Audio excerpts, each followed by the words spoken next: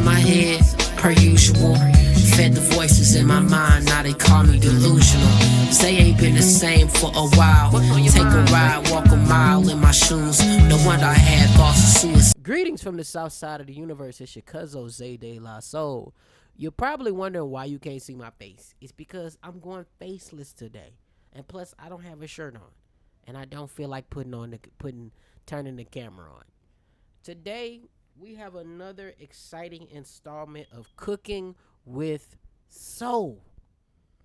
Today is a different video, okay? We ain't cooking up no beats, all right? No beats today, all right? We are straight up gonna be cooking up something, but we gonna be mixing something, if you will. Today in this video, I'm gonna be taking y'all through my process of how I mixed and mastered my upcoming song I'm gonna be releasing. So yeah, we're gonna be getting into that today. So stick around, because like the last episode, you still finna be cooking with soul. Alright, y'all. What I'm finna do right now, I'm gonna play a small little section of the song. I don't have any of the effects or anything on. This is just to give y'all an idea of what my mix sounds like with no effects or anything. Now, I do want to clarify that I have already done some gain staging on the song, so everything is kind of leveled to my liking. So let me go ahead and I'm gonna stop talking and I'm gonna play this for y'all. Nothing can compare to that feeling when your gut do an electric slide down your back. Reality begins to set in, my friend, as I ride through the city in my hoopty. Been rocking the same whip since 2019. For real, I can say I got motion like the waves in the ocean. But check the pockets, my brother. Clearly there's a drought. Alright, so as you can see, no mixing. Everything is kind of, you can't really hear anything. So before I get into the mixing, let me just go over a few things a little bit. So of course I have my beat. I have some effects on my master channel that I've automated. I've created automation clips for, and I also have I've duplicated my verse, so I have my center verse. My center verse is the verse that it sits directly in the center. Then I have my verse that is going into the right ear and the left ear, just to thicken everything up. Now for my ad libs, I don't typically do a duplication for them. However, I do think that in the future I will do like maybe a second additional layer for them in the future. But for this one, I didn't really feel like I needed it. Now, for this little section here, I came up with what I called a hook for this song, because of how the homie Marley Angel, who made the beat, had it structured. I really didn't want to do like this really long verse for it, so I just figured I'd come up with like this little hook section for the song, which I'm gonna play for y'all. Stacking up this paper for an hour later, the money always calling me. Getting all this cheddar for any weather, baby, we gotta be prepared. We gotta be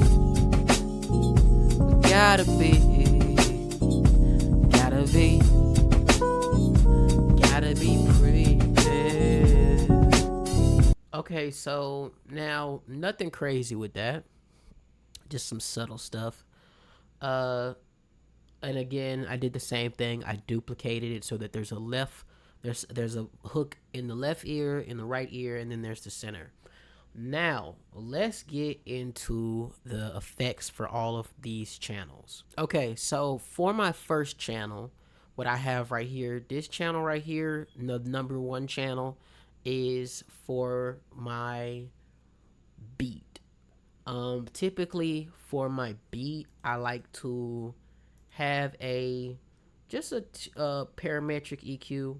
I have it set to the 40 hertz to 18 kilohertz cuts, and I don't really cut anything out. I just grab the main level and I turn it down to my liking. So I'll typically do it maybe a few notches, which I have here. I've turned it down to negative 3.5 dB. Sometimes I'll do it based on the vocals. Like if the beat is too loud to where even when I've mixed everything, the vocals you still can't hear them, I'll turn it down even more, depending on how I'm feeling. Not how I'm feeling, but what is needed so that I can hear not only the beat well, but my vocals. And for the next channel rack, we have my before I get into that, let's go to the center vocals here, and I'm gonna show y'all what I have on the center vocals. Now for my center vocals for the verse, I have a patcher, and the patcher has a couple of things. The patcher has a few EQs and 2 fruity compressors. I have a fruity compressor, not a fruity compressor. I have a fruity parametric EQ that's cutting out some frequencies and some certain ranges. Not too harsh though, as you can see. Like I got some frequencies cut out in the 200 hertz range. Cut them out by like maybe negative 3 dBs. I've learned not to go too hard or cut too harshly, because that can cause your song to sound kind of empty. Not empty, but flat, if you will. I also got some cuts in the 900 hertz range, and I got some cuts in the I've cut some frequencies in the 2K 2000 hertz range, and I've cut some frequencies out from the 20 hertz range. So basically right here, as you can see where my hand is, where my cursor is, I have cut out all of the frequencies up until 79 hertz. Is that 79 hertz? Yeah, that's 79 hertz. And I have boosted some frequencies in, not frequencies, but I've boosted the 80 hertz frequency just to give it a little bass. And what I do is I'll cut out different frequencies that I don't like in the mix. So as you can see, I got some frequencies cut out in here in these ranges as well, and I've also got some frequencies cut out here. And lastly, the last EQ that I put on all of my patchers that are for my center vocals, rather if it's a hook or a verse, I always like to boost some frequencies. I boost a couple frequencies, and maybe in certain ranges I will cut a certain frequency, as you can see. So I got some frequencies that I've boosted in the presence and in the higher range around 19,000 kilohertz, because I learned that you're not supposed to cut those frequencies. So yeah. Now I got a fruity compressor on here, just compressing the vocals. Nothing too crazy. because I don't want to compress them too harshly. I still want to be able to have them, I want to have them like sitting on top of the beat and have them present, which is going back to this, which is why I typically, when I'm boosting frequencies, I like to boost frequencies in the 1 kilohertz range, and around the 7,000 to 18 to 20,000 kilohertz range to provide syllabants and what's the word that I'm looking for? It when you boost these frequencies, what it's gonna do is it's gonna make sure that your vocals sit on top of the of the mix, so that your vocals don't sound in the background. I would love to make a video like showing y'all my full process of mixing, which I will definitely do. But if y'all want like a better understanding of how to mix and master your vocals and stuff, because I'm not a pro at this. I'm very much, I would say, a novice.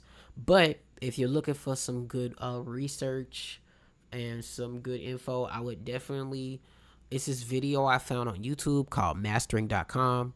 Well, not YouTube, not a video, but it's a YouTube channel called mastering.com. And there's this video. It's a pretty long video. It's actually a free course they show you how to mix your vocals. And I'm gonna leave that video in the description so y'all can check it out. And it's very, very informative, especially if you really want to get into mixing your vocals. There's also a video teaching you how to master your vocals, and I'll leave that in the description as well. Now, like I said, I have a fruity compressor on here. I also have another additional fruity compressor on here, and I've tweaked it a little bit. As you can see, I have a somewhat fast attack on both of them, so that it'll really clamp down on the vocals. Now let's get into.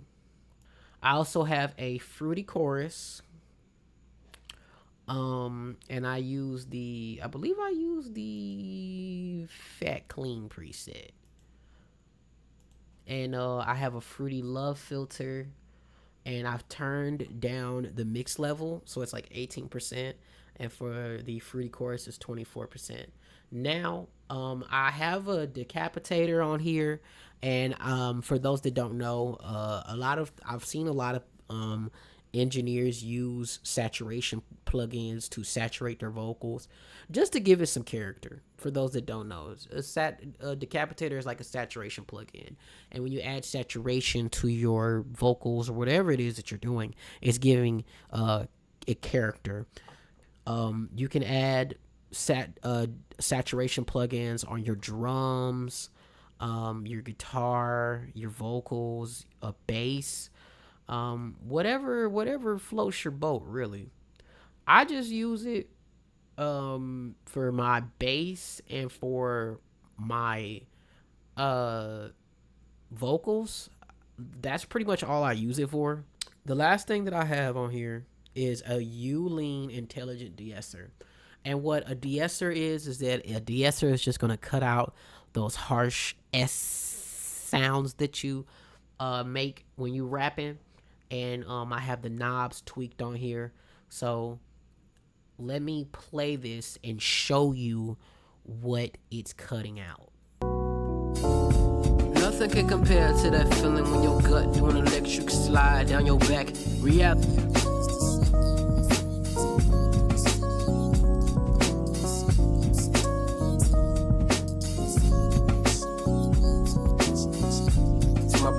Clearly does a drop. So as you can see, it's cutting out those certain S sounds, which when I rap, I tend to do that a lot, especially like with my S's and my T's.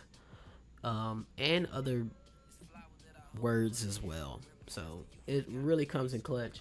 Um, there's also some different free ones as well, but I mean,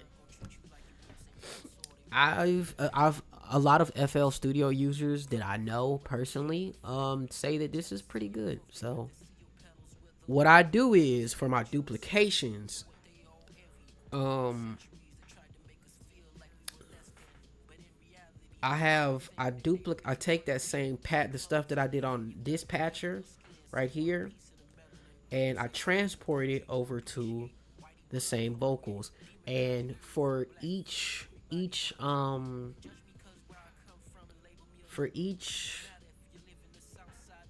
patcher preset that's on the left and the right vocal, what I like to do is I like to go in here and tweak the compressor presets. Well, I like to come in here and edit certain parts of the compressors because I don't want the gain I don't want certain knobs in here to kind of be a little too overpowering, if you will. Not overpowering, but like I want them to feel natural when I'm mixing. How can I put this? I don't want them to have the exact identical um, settings as my main vocal, and that goes for both sides. So that's typically what I like to do, and I do the same thing for the right side. And I also like to put a fruity stereo shaper on here, um, which just kind of has them sitting.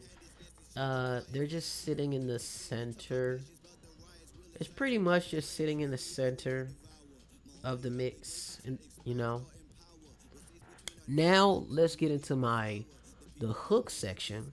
Okay, so now that we talked about the verse and whatnot, um, the same thing kind of applies to the center vocal for my hook.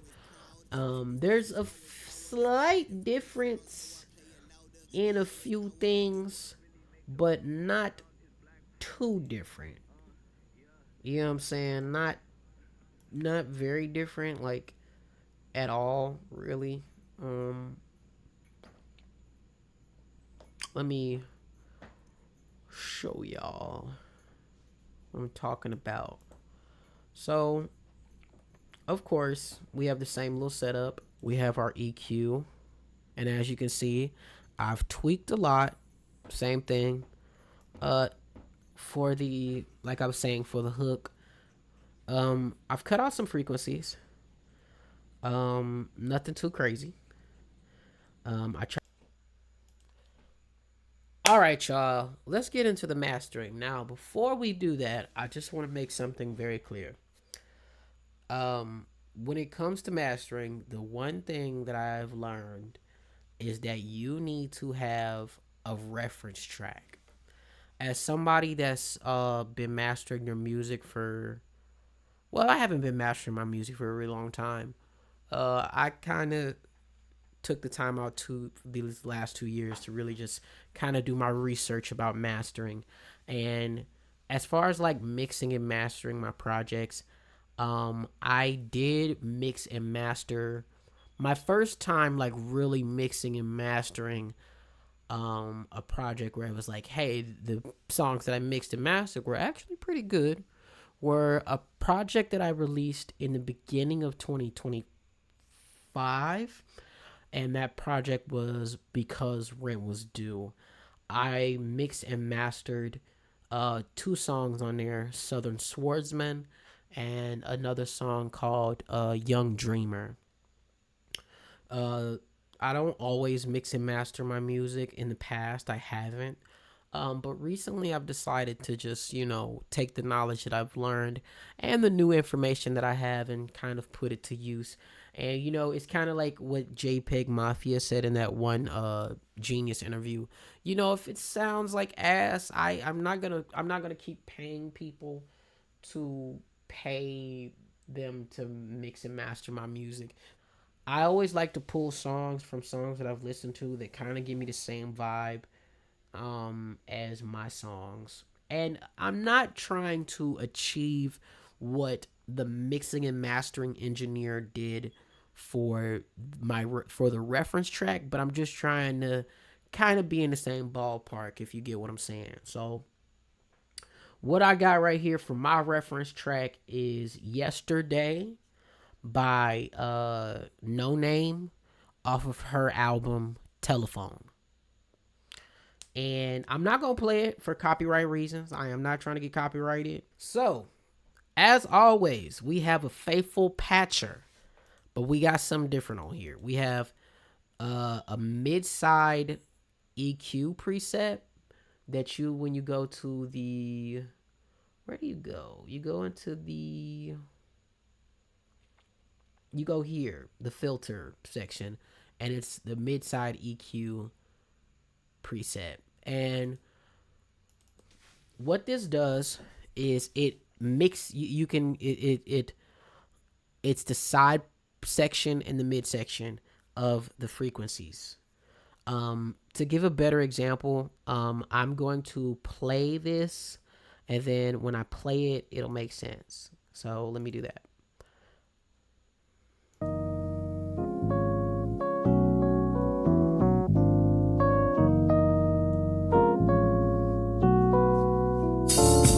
Nothing can compare to that feeling when your gut doing an electric slide down your back. Yeah.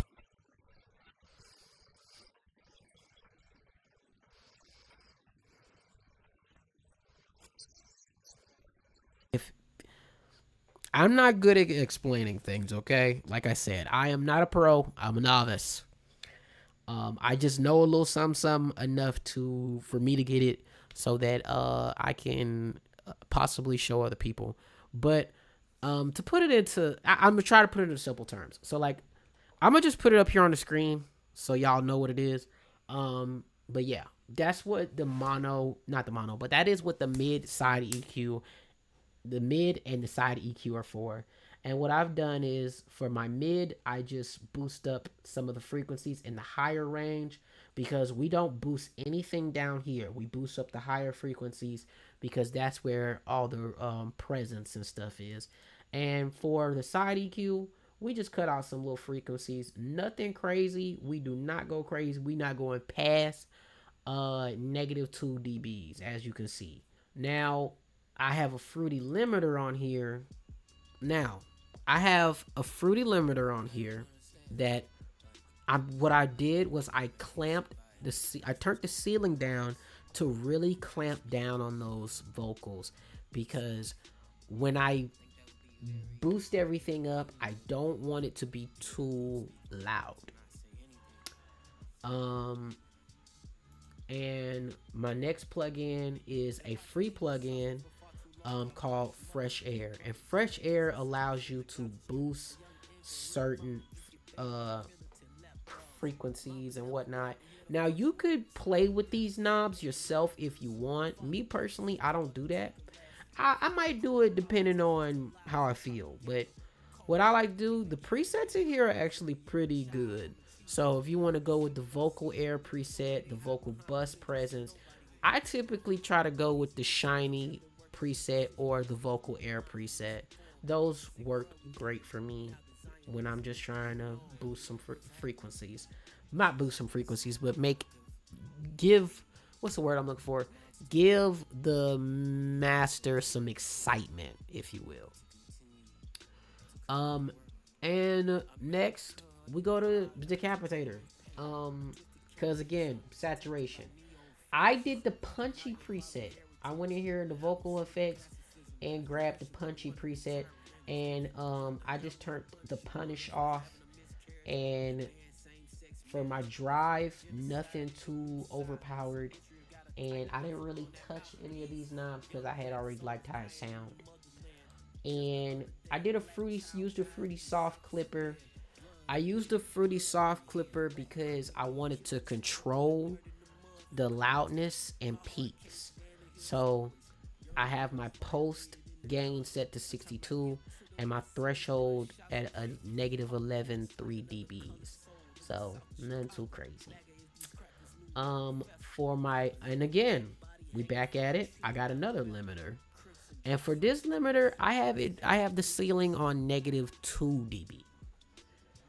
Because I had already turned the ceiling down to -18 dB with the first one, so I didn't want to overpower it. And for the last two plugins, I have a patcher, which this patcher is just for an intelligent de-esser, just to, make sure that those S's are not sharp. And last but not least, we have a Maximus. And for my Maximus, I have the low end is separated by 33%. The mids merged by 31%. I didn't do anything to the highs. And for my master, I have my threshold turned up, so it's some soft saturation at 52%. And then for my post gain, I boosted it up to 10.9. And that's why it's extremely important to have the fruity limiters on there, so that you can boost it up and it won't sound horrible when you do it. But yeah, that's it, y'all. That's the video. I'm gonna let y'all play. I'm gonna play y'all a little bit of this and the final version. And yeah. Be sure to like this video, share this video with your friends. Join the Soul Swim Network family. Okay. We are at 119 subscribers.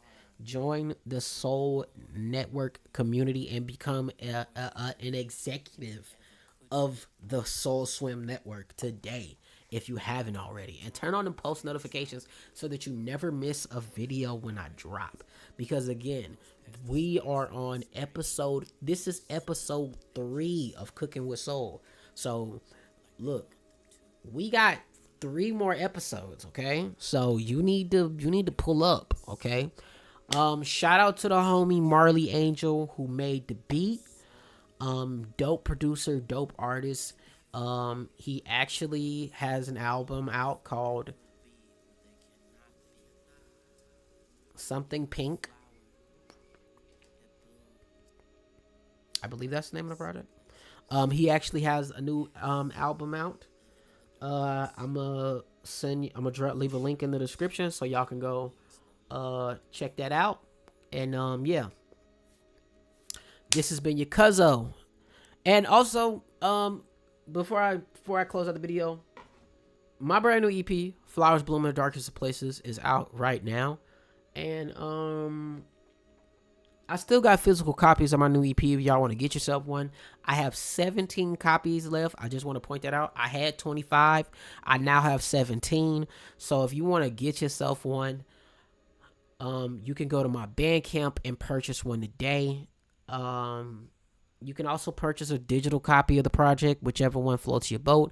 But I would really appreciate it if you purchase a physical copy, because I'm trying to sell out before the summer is over. So if we could do that, that would be really, really great, and I greatly appreciate it. But until then, it's been your Cuzzo, and as always, much love from the Southside of the universe.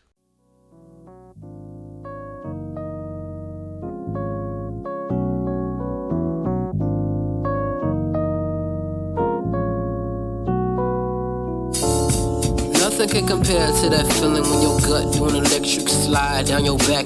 Reality begins to set in, my friend, as I ride through the city in my hoopty. Been rocking the same whip since 2019. Pocket cap and say I got motion like the waves in the ocean, but check the pockets, my brother. Clearly there's a drought. No surprise, poverty will for sure be my demise. Scraping up change, pinching pennies, so me and the homies can cop a $3 bundle from Mickey D's. Ring, ring, ring, go my telephone.